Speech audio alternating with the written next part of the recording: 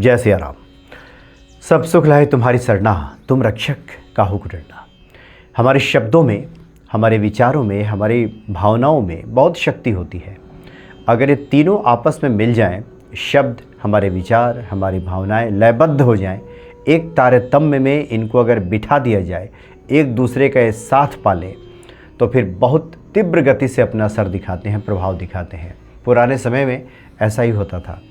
जो हमारे ऋषि मुनि हैं, सिर्फ वो शब्द मात्र नहीं कहते थे, बल्कि उनमें भावनाओं का इतना ज़ोर होता था कि देवता भी स्वर्ग से उतर करके धरती पे आ जाते थे।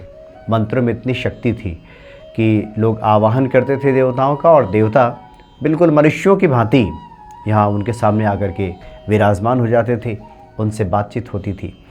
तो तीनों में बहुत शक्ति है, लेकिन आपस में इसको अगर पिरो दिया जाए तो कई बार होता है, हम शब्द को ब्रह्म तो कहा गया है, लेकिन कई बार उन शब्दों में हमारी भावनाओं की ताकत नहीं होती, बस वो शब्द मात्र रहते हैं। हम जो विचार करते हैं उसमें भी भावनाओं का आलोड़न नहीं होता, मतलब भावनाएं उसमें सम्मिलित नहीं होती, समाहित नहीं होती, तो इसका असर कम दिखाई देता है। आज भी बहुत से प्रसंग इस प्रकार के देखने को मिल जाते हैं जो बाबा नीम करोली जी महाराज से जुड़े हुए हैं। आमतौर पे एक बात आती है कि हम जो ईश्वर को भोग लगाते हैं, पता नहीं ग्रहण करते होंगे कि नहीं। हम मन में ईश्वर को लेकर के जो भाव रखते हैं वो पता नहीं उन तक पहुंचता है कि नहीं। इस तरह के प्रश्न उठते हैं कई बार लोगों के मन में। उन्हें बाबा नीम करोली जी महाराज के इस प्रसंग को अवश्य सुनना चाहिए। रजनी जोशी जी बाबा जी की बहुत बड़ी भक्त हुई। बाल्यावस्था से उनके घर पे बाबा जी आया करते थे। नैनीताल में वो रहती थी, बहुत छोटी थी, 4-5 साल, 6-7 साल की थी। उस समय से बाबा जी को वो याद करती हैं कि बाबा जी उनके घर आया करते थे, बहुत बातचीत किया करते थे। कुछ प्रसाद, कभी मिठाइयाँ ला करके रजनी जोशी जी को बाबा जी दे दिया करते थे, तो बहुत लगाव हो गया था। किसी संत की महिमा से उतनी परिचित वो नहीं थी, लेकिन अचानक क्या अपनापन हो गया था कि एक संत आते हैं, और वो जब आते हैं तो अच्छा लगता है उनके साथ बैठना। वो जब कुछ पूरी और लेकर के आते हैं, कई बार प्रसाद लेकर के, वो खाना बड़ा अच्छा लगता है। इस नाते वो काफ़ी जुड़ाव महसूस करती थी रजनी जोशी जी। वो कहते हैं कि जब भी उन्हें पता चलता था कि बाबा जी वहाँ बजरंगगढ़ नैनीताल में आए हुए हैं, तो अवश्य उनके घर आएंगे। वो इस बात को जानती थी। जब भी उनके घर में चर्चा होती थी तो उन्हें लगता था कि बाबा तो पक्का आएंगे। एक बार उन्होंने सुना कि बाबा बजरंगगढ़ आ गए हैं, तो उम्मीद लगाए बैठी थी कि घर पे आएंगे, और बिना आए यहाँ वो मान नहीं सकते। बिना रजनी जोशी से मिले बाबा जी जाएंगे नहीं, ये पक्का विश्वास उनके मन में था। लेकिन पता चला उन्हें कि बाबा जी नहीं आए, और बाबा जी बजरंगगढ़ से ही लौट गए।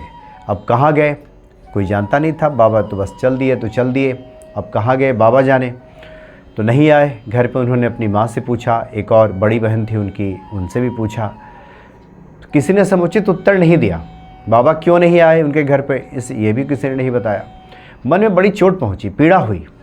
जैसे आमतौर पे जो निश्चल बच्चे होते हैं उनके मन में कई बार इस तरह की पीड़ा हो जाती है। बहुत चूँकि शुद्ध मन, शुद्ध हृदय होता है।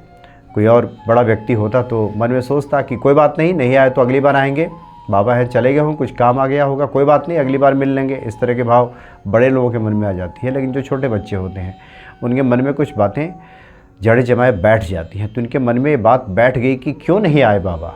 बहुत दुखी हुई, और इस दुखी अवस्था में रोने लगी, सुबक सुबक कर रोने लगी। घर वालों ने समझाया भाई कि क्यों रो रही हो, आएंगे ना फिर बाबा, आते ही रहते हैं, जल्दी आ जाएंगे, 15 दिन 20 दिन 1-2 महीने में तो आते ही रहते हैं, आ जाएंगे तो फिर मिल लेना, इसमें कौन सी बड़ी बात है। घर वालों ने बहुत समझाया उनको, लेकिन मान ही नहीं रही थी। चुप भी हो गई रोते रोते, लेकिन दिल में एक कसक बैठी हुई थी। रात का खाना भी नहीं खाया। उसी दिन की बात है, एक दिन में ही ये सब घटनाएं घट रही हैं। जब बाबा के उनके जाने की सूचना मिली कि बाबा चले गए हैं, रात्रि हो गई, खाना भी नहीं खाया और सोने चली गई। बताती हैं कि रात्रि के 3 बजे के तकरीबन दरवाजे पे दस्तक हुई। किसी ने दरवाज़ा खटखटाया। पूछा गया भीतर से कौन। बाहर से वही चिर परिचित बाबा नीम करोली जी महाराज की आवाज़ आई कि दरवाज़ा खोलो, मैं आ गया हूँ। दरवाज़ा खोला गया। बड़े आश्चर्य में सब लोग पड़े कि बाबा इतनी सुबह सुबह कहाँ से आ गए, 3 बजे, अभी तो रात्रि के 3 बजे हैं, और बाबा आप कहाँ से आ रहे हैं। तो बाबा ने दरवाज़ा धकेलते हुए कहा कि दरवाज़ा खोलो, मेरी बच्ची ने खाना नहीं खाया है और मैं उसी के लिए आया। बाबा अंदर प्रवेश कर गए, बाबा अंदर आ गए और वो छोटी सी बच्ची रजनी जोशी जी बताती है कि वो सोई हुई थी। बाबा ने उन्हें जगाया और कहा कि उठो उठो तुम। बाबा ने कहा कि उठो उठो, तुम बिना खाए सो गई। और बाबा ने जगाया। बाबा को देख करके रजनी जोशी जी बहुत प्रसन्न हुई। उन्निंदी अवस्था में ही वो बाबा से लिपट गई। और इधर जोशी जी की जो माता जी हैं, 4 रोटी और आलू की सब्जी बना करके रखी थी रात में अपनी बेटी के लिए। वही 4 रोटी और जो सब्जी वही बची थी, उसको गर्म करके लाई कि बाबा जी आप खाइए। और जोशी जी लिखती हैं कि एक ही थाली में 2 रोटियां बाबा ने खाई और 2 रोटी रजनी जोशी जी ने।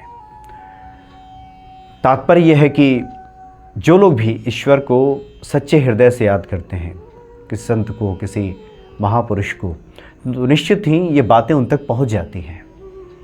और गहराई हो अगर हमारी पुकार में, हमारे शब्दों में भावनाएं जुड़ी हो, तो निश्चित तौर पे वो शक्ति हम तक पहुंच जाती है, दौड़ी चली आती है वो शक्ति। बाबा जी जिस प्रकार से वहाँ पे चले गए, पहुँच गए और खिलाया, अपने भक्त को भूखा नहीं छोड़ा। अभी भी बहुत से लोग हैं जिनके प्रति बहुत गहरा लगाव होता है।